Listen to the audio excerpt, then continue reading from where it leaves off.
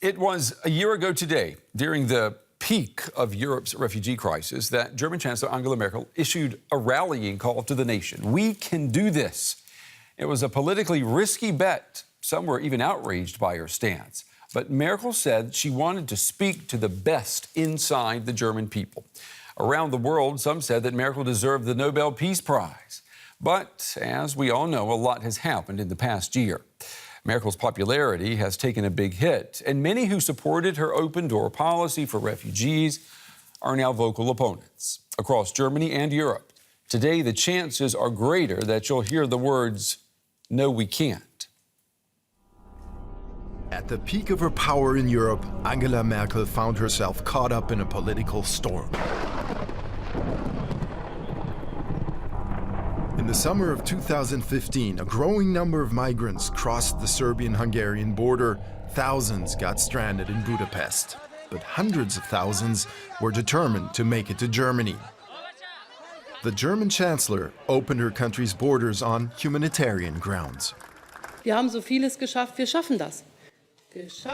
A now iconic phrase, and one that initially earned her praise the world over.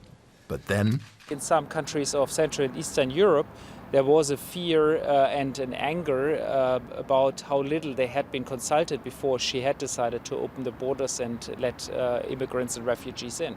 Merkel called for solidarity and for the refugees to be fairly distributed across Europe.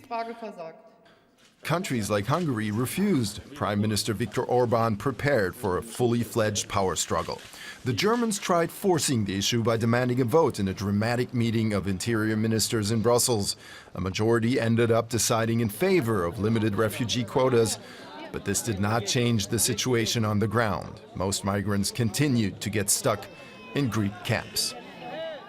Heads of state, ministers come here, decide this is what we're going to do, and then they go home and it's actually not happening. And I think that's a huge issue for the European Union. We have to do what we decide together, otherwise the whole credibility and the stability and power of the construction is gone.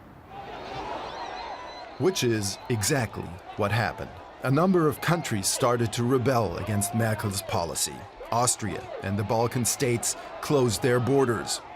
In interviews, Merkel seemed undeterred, but she was largely isolated. And effectively, the border closures were helping her. She now put all her efforts into a deal with Turkey to prevent refugees from illegally getting to Europe in the first place. And it worked, for some time at least. The numbers of migrants arriving at the Greek coast dropped dramatically, but Europe remains deeply divided. Has Merkel pushed the EU to the brink with her welcome policy? Well, I think it really goes too far, that assessment.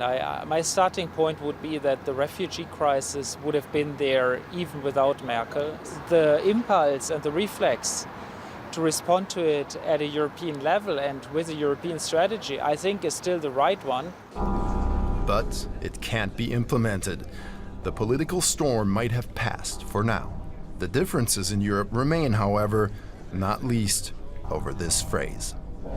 We can do it. The storm could re-emerge at any time. Yeah, some gray clouds. Earlier, I mentioned that the past 12 months have not been good for the German Chancellor's popularity. For years, we've talked about Merkel as the Teflon leader. But the refugee crisis has eaten away at her image. Support for Merkel has dropped significantly. Her approval rating, you can just see right here, has fallen from 75% in April 2015 to 49% in October of last year. And now we're looking at 47%. So back here at the big table is our political correspondent, Thomas Sparrow. The numbers are not good. They're not good. But despite her weak approval ratings, the Chancellor refuses to say, even to this day, that the rally call 1 year ago was a mistake. Why do you think she will not budge on this? Brent, because she doesn't think it's a mistake. A few weeks ago, she went to our parliamentary studios here in Berlin, and in front of many, many journalists, she said that she still believed that Germany could manage.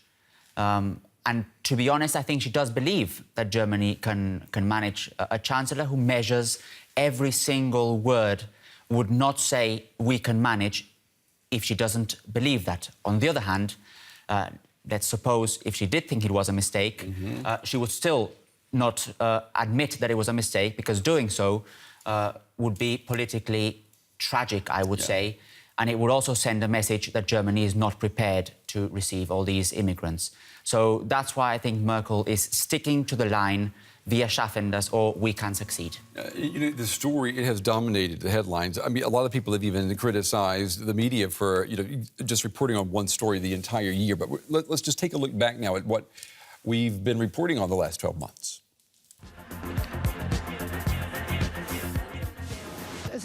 It's just too wishy-washy to say we can do this. If we took care of our own people, it would be okay. There are no controls. People are fearful. That's not okay.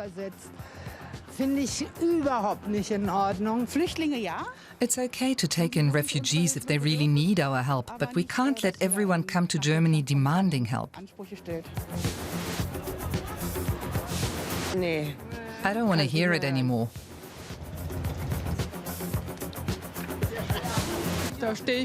I support her. I think it's great.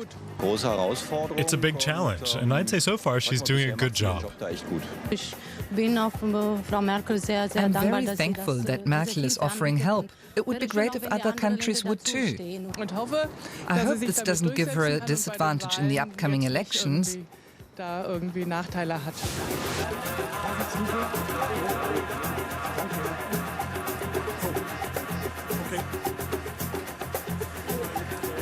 Those are the opinions that we've heard for a year now. Yes. You know, by inviting refugees to come to Germany, which the Chancellor did, she radically impacted events on the borders of many Eastern European countries. And on that point, she has also admitted no responsibility. I mean, she has not given a mea culpa. I think that's probably her biggest failure when it comes to the refugee policy. Maybe in Germany she has been able to have some progress, but when it comes to the European level, she has really had a problem in trying to convince other European countries, and especially countries in Eastern Europe, that they also have to share the burden and that the refugees have to be distributed not only in Germany but also in other countries. That's been a big problem for Angela Merkel, and one where I think she hasn't succeeded. In a recent interview, she admitted that she and other European leaders had not seen the refugee crisis coming. And she says they should have seen it. But as everyone knows, hindsight is always 20/20, right? I mean, many criticize her for opening the door to the refugees, but offering no plan afterwards when the refugees have entered the country. Well, to be fair, I don't think that's only Merkel's problem. We've been seeing refugees coming to Europe for a long time now. I think Europe in general failed to see that could be a problem. And indeed, if they had realized that many years ago, then we probably wouldn't be talking right now about this, and we probably wouldn't be seeing Angela Merkel having so many problems.